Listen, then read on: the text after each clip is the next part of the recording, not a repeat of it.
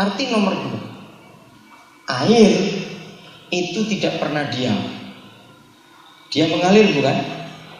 Nah, kalau roh pelacuran ini, roh pornografi ini ada di tempat yang banyak air, berarti dia sudah mengalir ke semua tempat di dunia ini. Maka itu ayat 2, perhatikan. Mengerikan sekali. Dengan dia, dengan roh pelacur besar ini, dengan roh pornografi ini, raja-raja di bumi telah berbuat cabul, dan penghuni-penghuni bumi telah mabuk oleh anggur percabulan. Awas pengusaha-pengusaha, awas, dalam nama Yesus. Sudah bukan rahasia lagi. Urusan bisnis, ada pejabat datang, pasti mintanya seks. Awas, dalam nama Yesus. Lebih baik pengusaha Kristen tidak menyuap pejabat untuk dapatkan tender dengan menjual diri lewat seks. Dalam nama Yesus. Lebih baik kita miskin tapi tetap kudus di hadapan Tuhan, daripada sukses usaha tapi pakai pelacuran. Dengar ini baik-baik. Pengusaha-pengusaha Kristen bukan rahasia. Jadi betul ayat ini, para pejabat, para pemimpin negara, para penduduk bumi, penghuni bumi mabuk dengan percabulan. Apa saja yang dikerjakan manusia pasti ada unsur seks sekarang. Ayat 5. Dan pada dahinya, roh itu berarti di otaknya, di pikirannya, itu nama dahi, tertulis suatu nama, suatu rahasia, Babel besar, induk dari pelacuran dan kekejian bumi ini.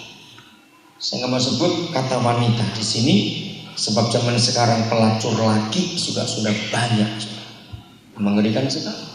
Tidak sedikit laki-laki jadi pelacur sekarang. Untuk dapat duit begitu gampang. Maka itu hati-hati. Dan lihat ayat 6, adik-adikku, tolong orang-orang tua perhatikan. Kalau ayat 2, penduduk bumi, penghuni bumi, pemimpin-pemimpin yang mabuk oleh pelacuran itu, tapi ayat 6 ini berbahaya. Dan aku melihat roh itu, roh perjinan, roh pelacuran, roh percabulan, pornografi dan sejenisnya, mabuk oleh darah orang-orang kudus. Itulah gereja. Dia juga mabuk darah saksi-saksi Yesus. Itulah hamba-hamba Tuhan, anak-anak muda, remaja, orang-orang tua. Kita harus berhati-hati dengan roh ini pada akhir zaman. Mereka cari kita, orang-orang Kristen. Penduduk bumi yang belum Kristen nggak urusan. Mereka yang cari roh ini. Tapi kurang ajar betul. Setan percabulan ini yang mabuk darah kita. Maka itu kita harus berhati-hati dengan semua bentuk unsur seks, sekecil apapun. Tuhan sayang kita, percayakan hal itu. Tuhan sayang kita. Dia ingin menyelamatkan kita dari penderitaan. Jangan mau kita ditawari dosa seks.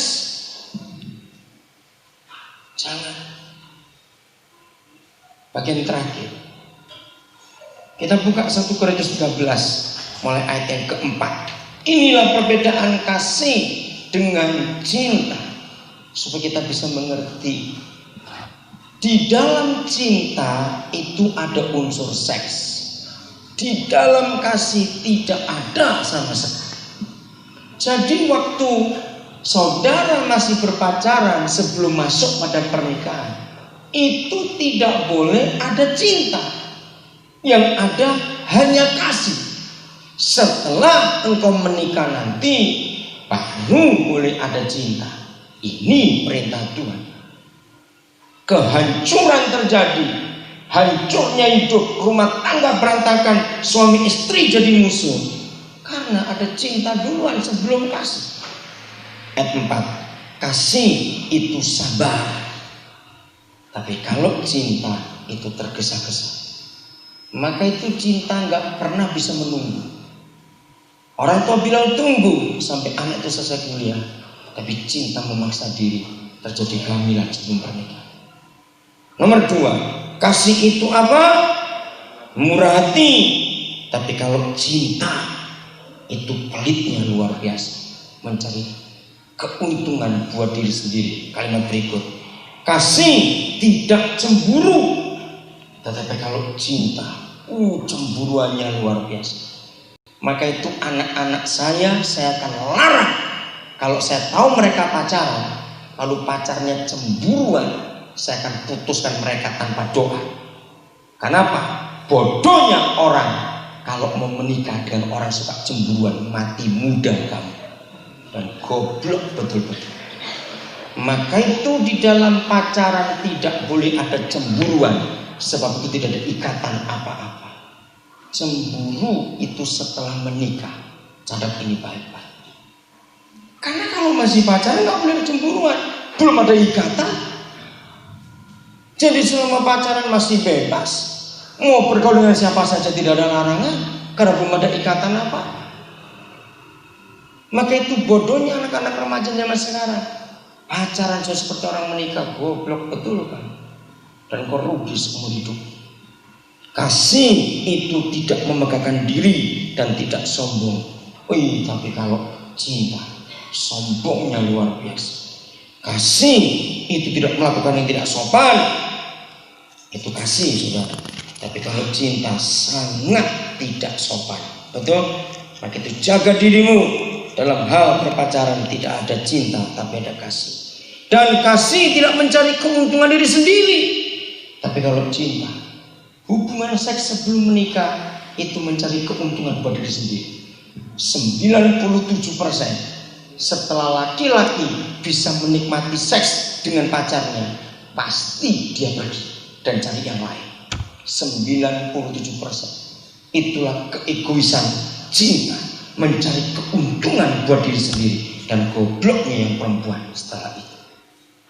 Maka itu jaga dirimu baik-baik. Dan seterusnya, saudara selalu temukan kebalikannya. Kalau kasih begini, cinta pasti begitu, selalu kebalikan. Jadi setelah menikah, kasih dan cinta harus berjalan bersama-sama. Dan itu tidak berdosa. Karena suami istri perlu cemburu. Suami istri perlu saling memiliki. Tidak boleh orang lain memiliki juga. Tidak apa-apa. Tapi selama pacaran hanya ada kasih. Nah, Lukas 19. Kalau malam hari ini di Bengkulu Selatan, Yesus datang lewat firman ini, dan dia mencari keledai-keledai muda, tapi yang masih terikat. Apakah malam ini anak-anak muda mau menyerahkan hidupmu kepada Tuhan Yesus untuk dilepaskan ikatan? Kemarin malam di desa Bapak Doni, saya lupa nyebut namanya itu. Ya begitu pokok. Kita belajar menjadi Kristen tanpa kitab suci itu bukan Kristen. Nah, saudara, kalau orang tuamu Kristen lalu engkau Kristen, tapi saudara nggak pernah terima Yesus secara pribadi, nggak pernah cinta firman Tuhan, maka saudara bukan Kristen. Maka itu malam hari ini kepada anak-anak muda yang seumur hidupnya belum pernah mengundang Yesus masuk dalam hidupnya, tapi saudara ke gereja karena orang tua saudara Kristen. Mari saya tunjukkan ayat yang terakhir, Yohanes 1 ayat 12. Tetapi berapa orang? Semua orang yang bagaimana? Menerima Yesus, diberi Yesus kuasa, hak supaya menjadi anak-anak Tuhan, yaitu mereka yang percaya dalam namanya. Jadi malam ini sekedar orang tua Kristen lalu anak-anak ikut ke gereja bukan jaminan, tapi menerima Yesus dalam hidupnya sebagai Tuhan dan Juru Selamatnya, itulah jaminan. Anak-anak muda, malam hari ini engkau sebagai keledai muda, Tuhan Yesus sangat mengharapkan engkau untuk jadi alatnya pada Yesus. Betapa berbahagianya kalau malam ini Tuhan bisa berkata kepada setiap anak muda, aku memerlukan kamu. Bahagia gak hidupmu kira-kira anak-anak muda? Kalau Tuhan berkata aku memerlukanmu, engkau bahagia gak kira-kira malam ini? Pasti bahagia bukan?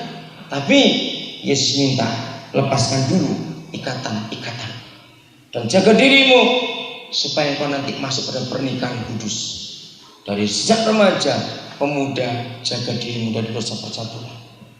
Orang-orang tua, biarlah mulai hari ini setiap orang tua menjaga anak-anaknya dengan serius. Jadi anak-anak itu peniru. Orang tua adalah contoh dari anak-anak, sebab mereka nggak bisa buat apa-apa tanpa orang tuanya. Jadi kalau orang tua memberi contoh salah, anak-anak otomatis akan jadi salah juga. Kalau orang tua memberi contoh benar, anak-anak akan jadi benar. Kalau orang tuamu nggak bisa memberi contoh, Tuhan berharap dari pernikahanmu nanti adik-adikku, engkau akan jadi orang tua dan anak-anakmu jadi generasi yang baru memberkati negara ini dan dunia ini. Amin. Mari kita menghampiri Tuhan. Siapkan dirimu baik-baik dengan serius di hadapan Tuhan malam